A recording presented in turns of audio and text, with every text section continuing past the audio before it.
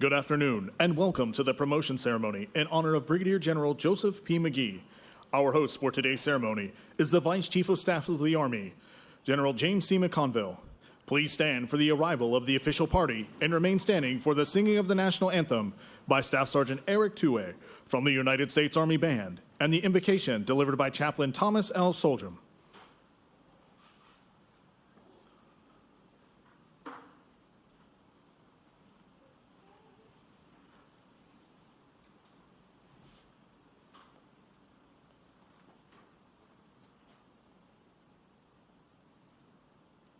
Oh, say, can you see by the dawn's early light what so proudly we hailed at the twilight's last gleaming, whose broad stripes and bright stars through the perilous fight o'er the ramparts we watched were so gallantly streaming, and the rockets were glare, the bombs bursting in air, gave proof through the night that our flag was still there.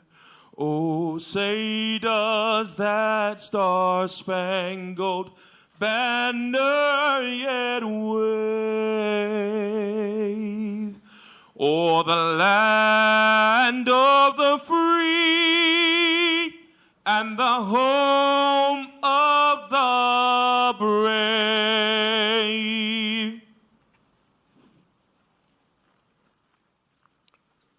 Ladies and gentlemen, please join me in prayer.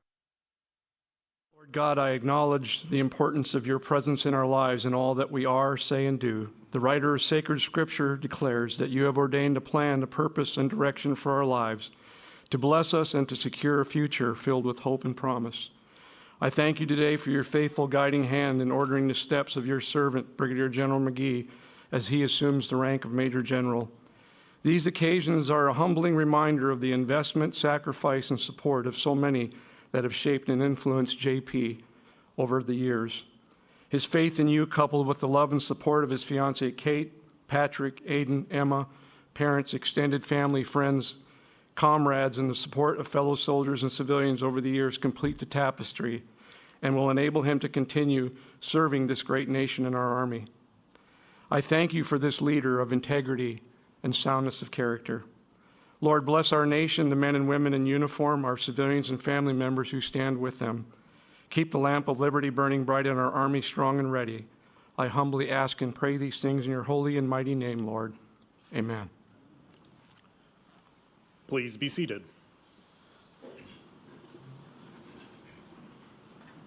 Ladies and gentlemen, General McConville.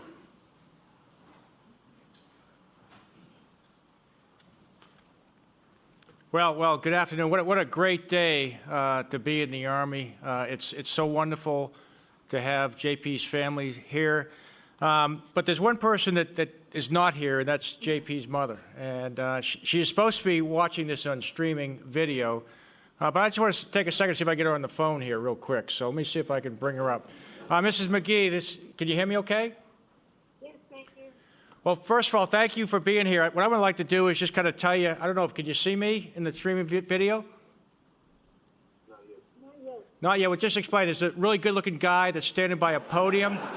Really handsome, really handsome. But what I'm going to do is kind of, since you can't see very well, I think this is really important. I'm going to kind of explain what we have here. We're in an auditorium that's very full. It either means that JP has a lot of friends or he paid a lot of money to get friends here. And I think it's the fact that he has a lot of friends. And I'm looking at the front row, and in the front row, he also has a lot of important people that came here today.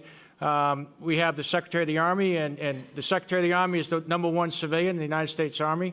I don't know if you can see the Secretary or not. Very good-looking man. No, I'm just kidding. That's why I'm trying to get promoted here. Okay. Anyway, hey, you got to do what you got to do. And we nominate him for another job. We have the number 2 civilian, the Undersecretary of the Army here, and a former combat ranger.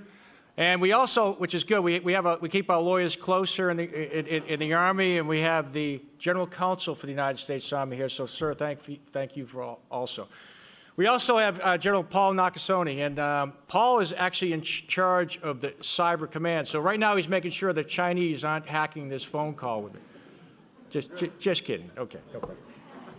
And then, as you know, really the whole family's here, and it's really, really special. Kate's here, Patrick's here, Aiden's here.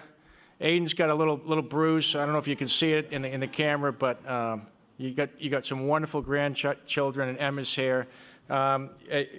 Jim's here, Noreen's here, and Kathleen's here. So the whole family is here. And I've got a few more people. Madeline's here. Where's Madeline? Okay, right over there. Future uncle and aunt, Jack and Beatty, are they here somewhere? No? Right there. Okay, you got you here. Future cousins, Will and Josh are here. Very good. Future brother-in-law, Patrick, is here. Okay, and let's see, best friend, Dr. Conrad Weil, is here somewhere. Okay, thank you. So this is very, very special to have everybody here. I've been very blessed to know JP for many, many years. And for those that are here, he's got an incredible record. Graduated from West Point. And I know his dad went to West Point also. Went in the other service. I don't know what kind of happened there. Went in the Air Force. And I know very distinguished career in the Air Force. And I'm sure, like many of us, it's our parents that inspired us to serve. And I know that he had a lot to do that. And I know he couldn't be here. But I know he's very, very proud to know that his son grew up to be a 2-star general. But, you know, many of as I look around, ma'am, you'll see a lot of the folks that JP served side by side in combat. I can look at a lot of Screaming Eagles here, some former Rangers. All these great men and women have served with JP during multiple combat operations, and that's kind of a testament to who he is and what he does. And you know, the thing about JP is he's got some tremendous talents, and you know, he's done all the right things. If you look at it, you don't get to be a general without, you know, he's in the 82nd Airborne Division, multiple tours in the Rangers, commanded in the 101st twice. Was the deputy commander at Cyber Command, deputy commander at 1st Cavalry Division. But what really struck me was when JP was a brigade commander. He was a brigade commander in the 101st, and we were getting ready to go to Afghanistan. And it was a very challenging time for anybody. And at that time, in 2012, we were drawing down Regional Command East. And it was a very dangerous time. People like Pat Work were there with us. I see Jeff's over there, our lawyer who kept us out of trouble, good lawyer. And so, you know, JP's brigade was going in first. And we had to kind of come up with a plan because we were bringing our units down, and it had to be an innovative plan. He was not going to have the resources that he needed to get the job done. And so I wrote JP a letter, and I have it right here, and you might remember this little letter. And it kind of laid out some of the things that we needed JP to do for the 101st Airborne Division. Because what was happening at that time is we had about 58 combat outposts, and we're going down to 13. And every one of those combat outposts was going to have to be closed while we were in contact. We didn't have a lot of troops to do it. We're going to turn that command over to the Afghans, and we're trying to figure out how to do this. We had been there before a few years past. Some of you have heard the history of places like Warnot and Keating, where we closed posts down in combat, and they were very difficult situations. And we were looking at doing about 43 of these. And we were looking at the same time, we had an organization that Al-Qaeda kind of operate in this area. We had some problems with the border. We had a couple little things going on the border we had to deal with. So we put JP and his brigade into an extremely critical position and really did not give him the resources that he needed to do the mission. It was going to take someone very innovative, someone that was nonlinear, someone that could look at the situation and come up with a very, very innovative plan so we can transition from our forces, which in RC East were 22,000 down to about 7,800, and set up 10th Mountain Division for the elections. And that's precisely what JP did. He came up with some interesting, innovative concepts, assistant platforms. We brought the Afghans into his combat outposts and forward operating bases, so they came in, occupied them. He went to a warm base concept that allowed us to go back and forth and still work with the Afghans when they did that. And I was looking at the note, and one of the notes we said is, confirm that we have the Security Force Assistant Brigade organized right. And he had a lot of that stuff. So some of you have seen Security Force Assistant Brigades come forward, and they're actually part of our doctrine now. But people like JP were thinking about that well in front of doing that.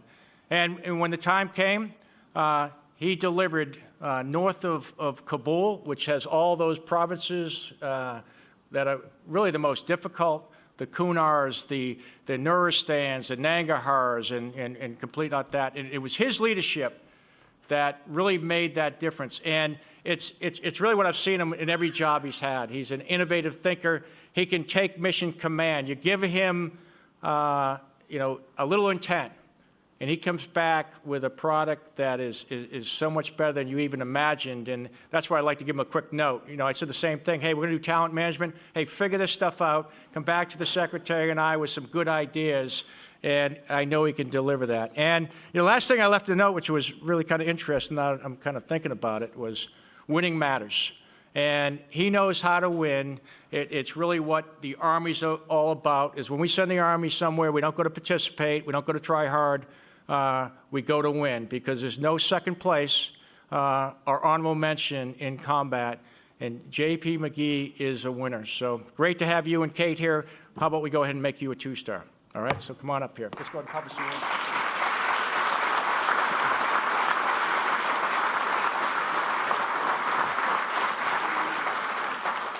With Miss Meade, Patrick, Aiden, Emma, and Miss Kathleen Maskett, please join General McConville and Brigadier General McGee in front of the flags.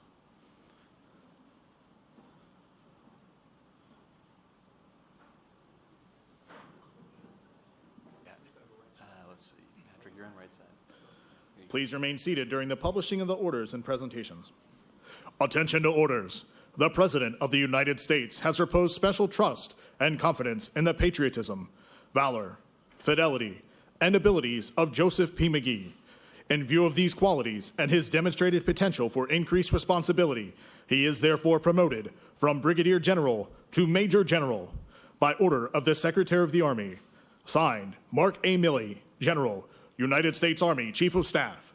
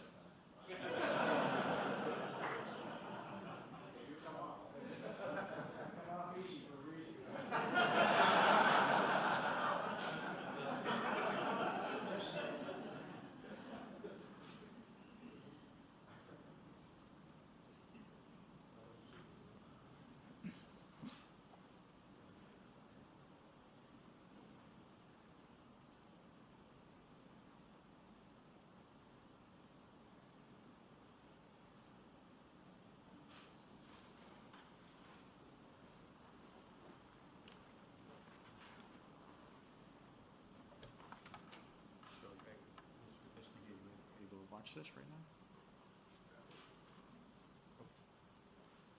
Okay, I'm going to narrate right now. Right now, we are promoting JP to Major General, and he is getting his picture taken with the family. All right, you're going to take hand.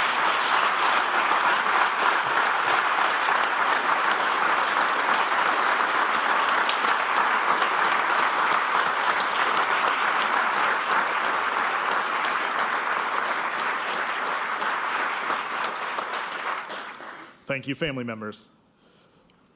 General McGee will now be presented his two-star flag.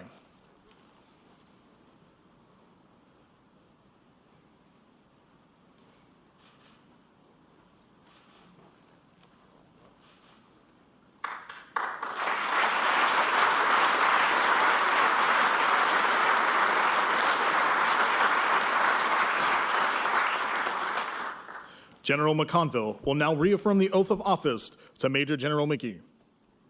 Right hand, repeat after me. I state your name. I, Joseph Patrick McGee, Having been appointed an officer having been appointed an officer in the United States Army in the United States Army in the grade of Major General, in the grade of Major General, do solemnly swear do solemnly swear that I will support and defend that I will support and defend the Constitution of the United States the Constitution of the United States against all enemies, against all enemies, foreign or domestic, foreign or domestic, that I will bear true faith that I will bear true faith and allegiance to the same, and allegiance to the same, that I take this obligation freely that I take this obligation freely without any mental reservations without any mental reservation or purpose of evasion, or purpose of evasion, and that I will well and faithfully and that I will well and faithfully discharge the duties discharge the duties of the office upon of the office upon which I'm about to enter. which I am about to enter. So help me God. So help me God. Congratulations.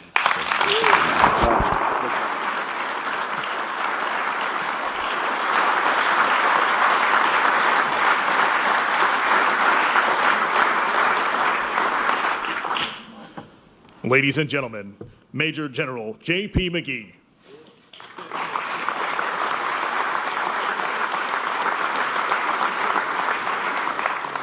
Hey, Ma, can you still hear?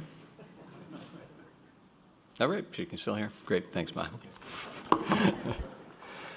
Okay, General and Mrs. McConville, Secretary Esper, Honorable McCarthy, General Naxoni, distinguished guests, fellow general officers, senior executive service members, thanks for being here. My family and I are honored and humbled by your presence. I'd like to start by thanking those who worked so hard to put this ceremony together. To the great protocol team, especially Mark Ramirez, thanks for all your work to make this special day. To our talented vocalist, Sergeant Eric Tue, thank you for your beautiful rendition of the Star Spangled Banner. To Chaplain Tom Soljum, there you are, Tom, my friend of many decades and through many combat deployments, thank you very much. I have one other person who demands special recognition today, and that's my executive officer, Captain Laura Goulet. There's a bit of a story here. 3 years ago, when I showed up at Army Cyber, I inherited Laura as my aide. And when I was there, she helped me organize and put together my promotion to Brigadier General. She now works on the Army's Talent Management Task Force. The position for XO was gapped for a very small period of time, and it just seems real simple to bring Laura in and do that job.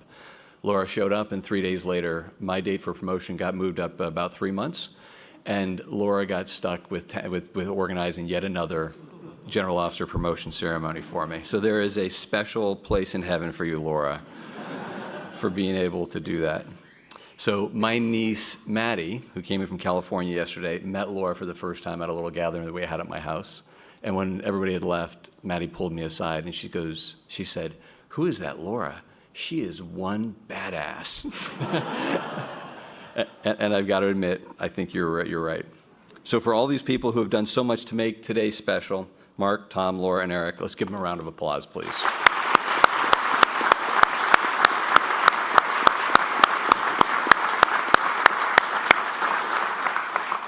I would like to highlight that I had every intention of making this speech short and to the point, and I failed. Okay. So I'd like to start by thanking those who I love the most and most deeply. So now, if you've been at my last promotion 3 years ago and looked at this today, you may have noticed the addition of one important person, and that's Kate, my fiancée. And of course, that addition means everything to me. Kate, it's wonderful to share this day with someone I love so much and admire. If I were to use the terms that we use in talent management, I'd have to say I feel tremendously lucky to have been acquired by Kate, assessed by Kate, developed by Kate, and found worthy of retention by Kate. See, that's a little talent management humor. You don't get that every day. Kate, I am a better and happier man because you're my life. Thank you for making me laugh and making me think. Thank you for loving me so deeply, and thanks for agreeing to be my wife. My life is so much better with you in it. Secretary Esper, I would like to note that Kate's only precondition to marry me was that I had to become a Pittsburgh Steelers fan. Something that I will gladly submit to. Good God. Hey, Eric, you give me a hand. Something I would gladly submit to if if it means I get to have you in my life. So to my three wonderful children, Patrick, Aiden, Emma, each of you guys are so unique and wonderful. Patrick, these last 2 years of high school have been great. You've got an amazing intellect, deep sensitivity, great maturity, and some incredible athletic skills. Not to mention that sick flow of hair you have and a rippling six-pack. I know about Patrick's six-pack because he's a teenage boy and he prefers to wander around the house shirtless, admiring himself in every mirror in the house. Seriously though, Patrick, as you get ready to graduate from high school, I'm excited for all you're going to do as you begin your new adventures in college, and I'm grateful for the last 2 years. Aiden will start high school next year, where he will bring his infectious energy and positivity, as well as some mean skills playing a baritone. Aiden, you're such a great young man. I look forward to watching you excel in high school.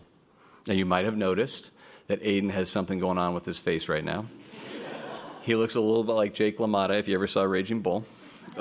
2 days ago, he ran into a friend while playing tag football, and he broke his nose. And while Aiden is looking a little bit rough, you should see the other kid, who is much, much worse for the wear. Aiden, I appreciate you reaffirming what it means to be a hard-headed McGee. And finally, my daughter, Emma, also known as Emma Girl or Emma Fierce. Emma is a tremendous athlete who can run like the wind, and she can also run up the score in basketball and soccer with an incredible skill. Emma has one of the best senses of humor of anyone I know, and she is always the first one to tell you a joke and to make you laugh. And if you've ever seen Emma smile, it is absolutely impossible not to smile with her. It lights up any room. And finally, Emma, I appreciate you wearing a dress today. I will note that this is the last time Emma wore a dress was my last promotion. So to each of you, I love you more than you can understand, and I'm immensely proud of you. What you've accomplished so far is impressive. I know there's still much more to come. I know that each of you have sacrificed because of my choice to be a soldier. I'm incredibly thankful for your love, support, and patience. And I've got a few small gifts for you.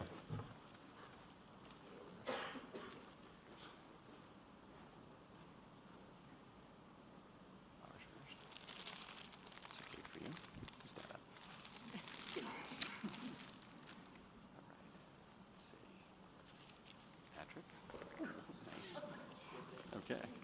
Patrick, Aiden, and Emma. Those are great pens. All right. Well, let's give them a round of applause.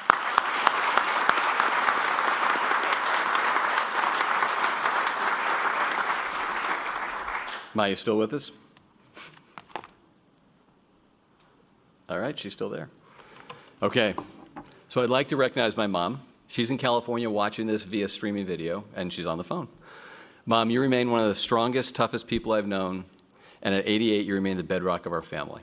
In my 29 years in the Army, I've known plenty of tough men, Rangers, Delta Force operators, SEAL Team 6, but none of them compare to you with strength and grit.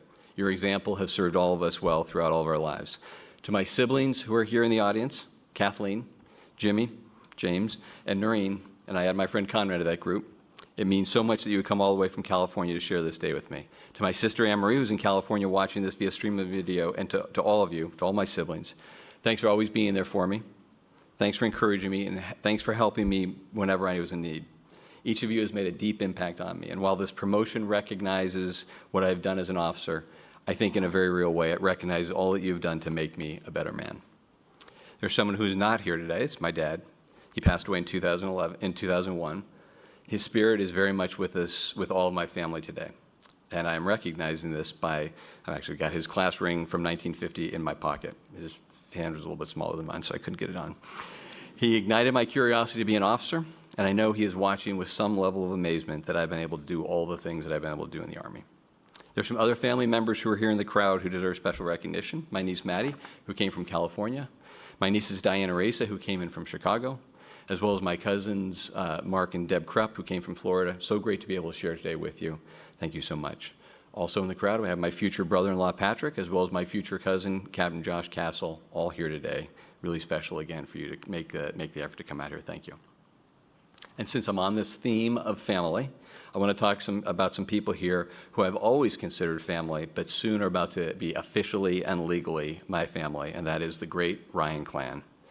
So you need to know some background on this story so you can appreciate what a great Army story this is. Here today we have Beatty. Her husband, retired Colonel Jack Ryan, was supposed to be here, but his flight didn't make it here in time.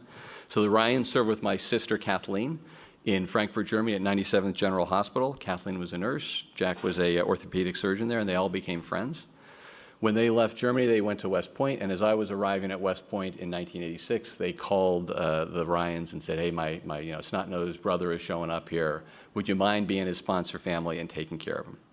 So for 4 years, the Ryans were my family there at West Point. I got to know their sons, Patrick, Will, who's here today, who is a infantry captain, just finished up a program in Yale, heading to CGSC.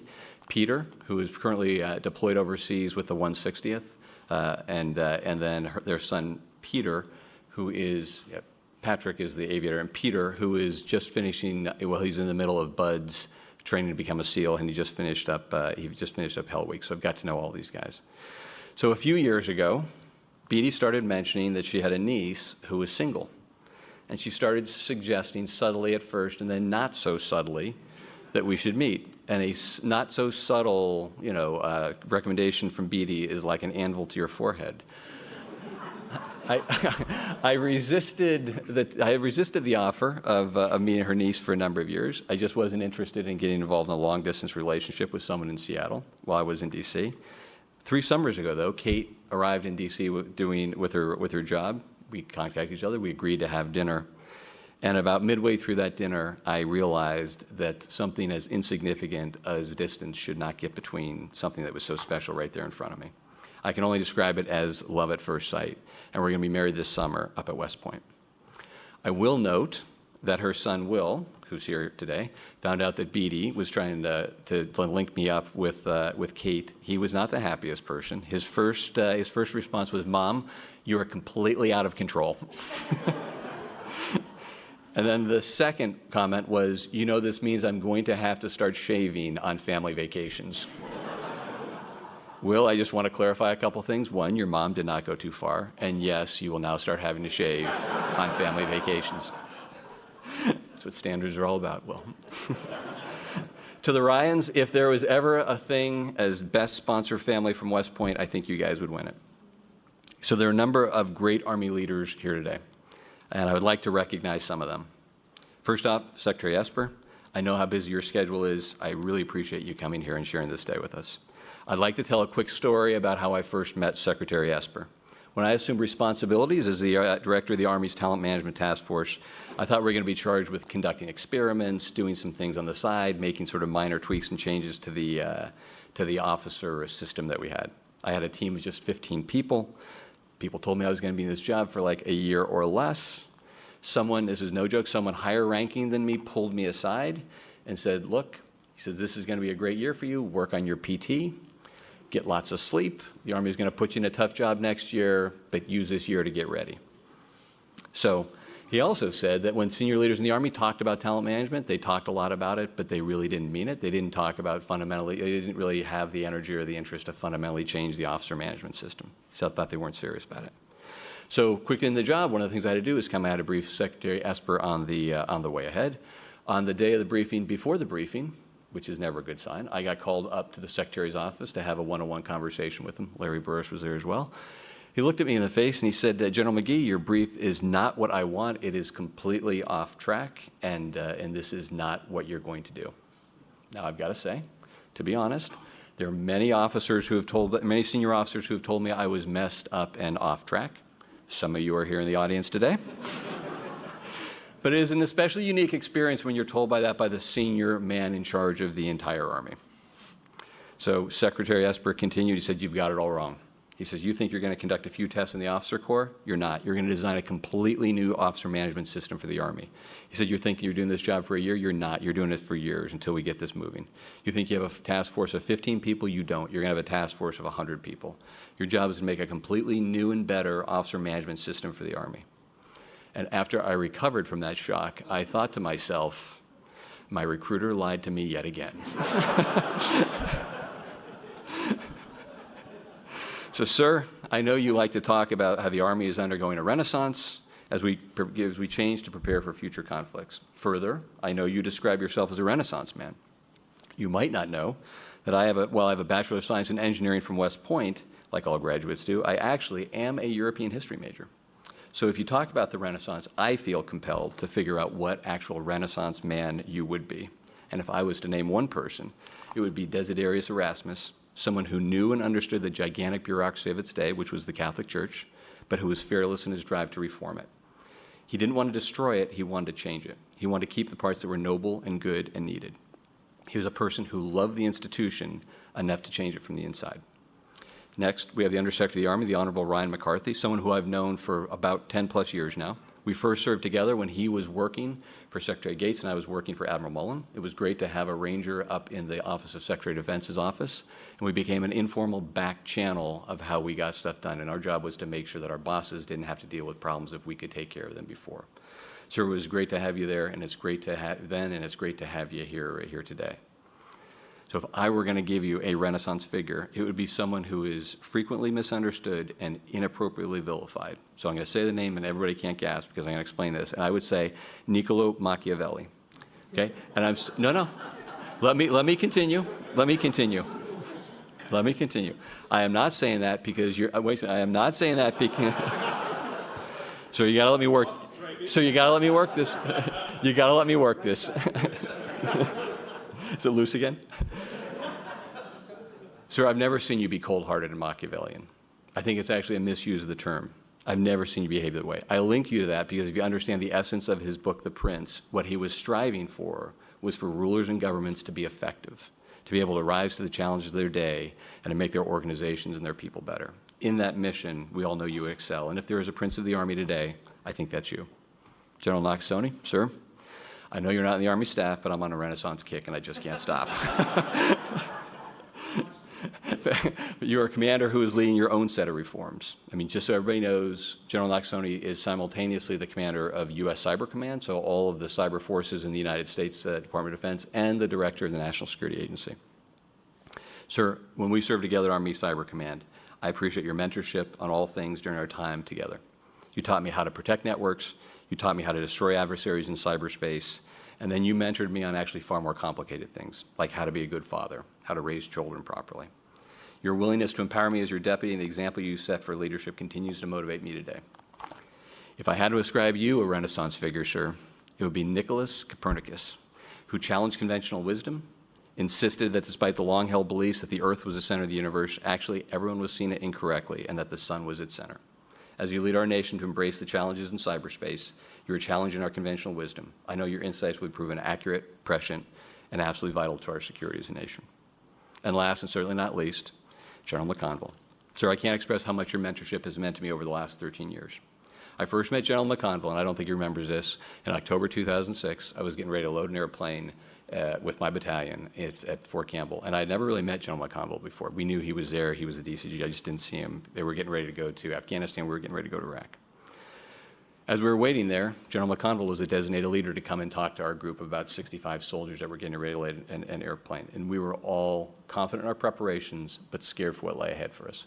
We were going to an area of Iraq that was known for like hyper levels of violence in 2006. It was a frightening place. So I still remember you came to our soldiers, and to this day it continues to impress me how you instantly arrived, made contact with them, bonded with them, and provided some great and calming advice as we were going off to the fight of our lives. As a brigade commander serving you under the 101st, you taught me an important lesson very early on, one that is certainly timely in my current job.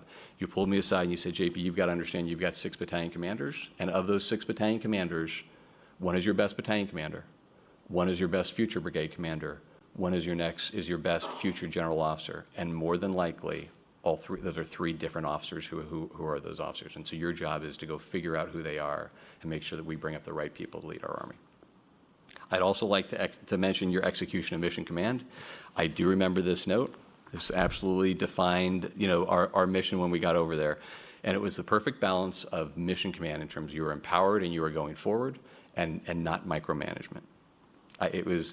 So you're one of the few leaders who I have ever known who would trust a subordinate with something like that to move forward and then base his plan off. And I've always deeply respected that. I know I speak for all of us when I say I'm deeply appreciative for all you've done and hopeful for what comes next. Sir, if I was to give you a Renaissance figure, it would be Galileo Galilei, who was both a man of thought and a man of action. someone who understood the cosmos, but also understood how to make it practical. And he demonstrated this practicality by his invention of the first military compass, so it kept us with true north. So I know some of you guys are wondering, why is JP dragging on this Renaissance thing? I am simply trying to make a point. Where is John O'Brien? John, where are you? Right here. Okay. So 31 years ago, I declared European history as my major at West Point. John pulled me aside and he said, that is ridiculous. It's the dumbest major in the world. What are you ever going to do with a degree that says European history in it? Today I've demonstrated its usefulness.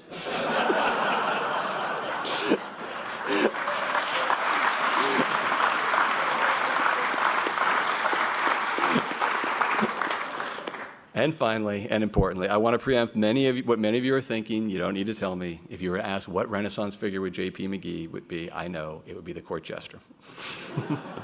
So I'd like to recognize a couple other people here. So we've got General Drew Pappas, who I think is not here, and Major General Charlie Flynn. Both of you have been my friends and mentors for really over 20 years. And I am so glad that you're still here leading our Army and our joint forces. It's an honor to serve with you. I was going to say if General Pappas was here, I know what he would be saying, which is, JP's talked all this time, and he hasn't mentioned a single Greek. I'm sorry. General Martin and General Siemens, both of you have brought me into new fields and been great mentors as I've come along. Sir General Siemens, as you brought me in and helped me understand the world of how we manage the officer corps, couldn't ask for a better mentor to assist me through that. And Sir General Martin, I still remember our time when we were together down at NTC. I can't say you made me a full-blown armored warrior, but you did a great job of helping me along to be a full-blown armored sustainer. So, sir, thank you. A few others I need to recognize. First off, my group of classmate friends from over that corner right over there.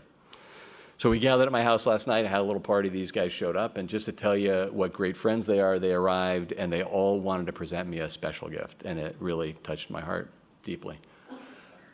So it was a framed picture, and what it showed you is how general officer ranks in terms of star ratings ranks up with like Uber and Amazon star ratings in terms of it. And they wanted to point out that with just 2 stars, on the internet and amongst the General Officer Corps, that still puts me in the category of crappy. So with friends like that, huh? But seriously, to have so many from our old company, A2, thanks so much for being here. I know a lot of you guys travel a long distance, and thanks so much. Go tell them. To the great members of the Army's Talent Management Task Force, we've been presented a tremendous opportunity to create a whole new officer management system for the Army. People are central to everything the Army does today and everything the Army does in the future. We will win or lose our future wars based on how we employ our people. And like many other missions and jobs that you get in the Army, there really are no guardrails on this. We could actually fail in this mission. No unit ever fails to make it NTC or JRTC. No unit ever really fails to train. We could absolutely fail in this. And I know that fear of that and the realization we've been given this tremendous responsibility actually absolutely animates everything that we do every day. You talk about talent management, you look at the talent that is growing on that team right now, and it is truly impressive. And I know it is exactly the right group of people to drive the Army to be much more lethal, much more effective, and much more modern in our management of the officer corps. Although not many of them here, to the great NCOs I've served with, I would be remiss if I didn't mention all that they have done to support me as a leader, teach me what it means to lead, and to support me every day. And to my many great friends who are here, frankly, too many for me to individually mention, your friendship means everything to me. I will benefit from it every single day. I look forward to having with you for what lies ahead, and I absolutely would not be here without you. Finally, and this is wrapping it up, I'd just like to say what this promotion means to me. To put it simply, it means I'm fortunate enough to be able to wear the cloth of my chosen profession for a little bit longer. It means I have a duty to lead the Army in a positive direction. It means that I get to serve with people I admire, trying to accomplish missions that are worthy of our energies. It means that the dreams of a young boy from California who hoped to become a soldier continue. And as I continue on that path, I remember the words my parents taught me as a child, to whom much is given, much is expected. Thank you very much.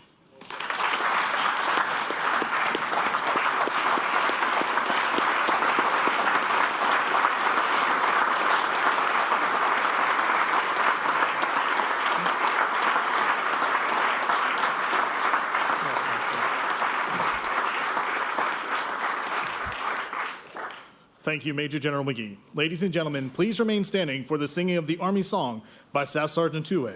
The words to the Army Song can be found on the back of your program. March along, sing our song, we're the army of the free. Count the brave, count the true, who have fought to victory. We're the army and proud of our name. We're the army and proudly proclaim. First to fight for the right and to build the nation's might. And the army goes rolling along. Proud of all we have done, fighting till the battle's won. And the army goes rolling along. And it's hi, hi, hey, the army's on its way. Count off the cadence loud and strong. Where'er we go, you will always know that the army goes rolling along.